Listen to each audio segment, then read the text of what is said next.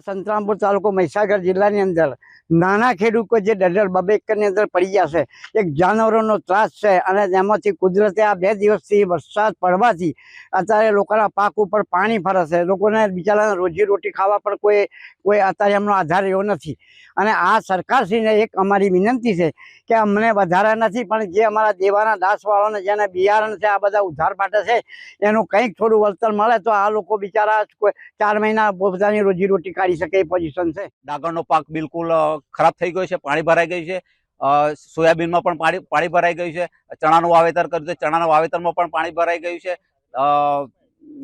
દિવેલામાં પણ પાણી ભરાઈ ગયું છે. આ મહીસાગર જિલ્લાના તમામ ખેડૂતોને ખૂબ એમ કે કમોસમી વરસાદના કારણે ભોગવવું પડતું હોય છે.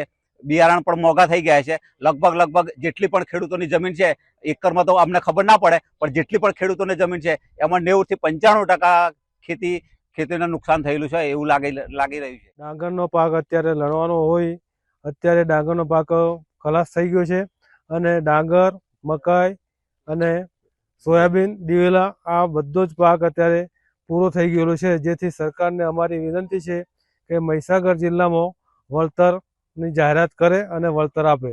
એવી અંદાજે કેટલા એકરમાં પાક નિષ્ફળ ગયો હશે?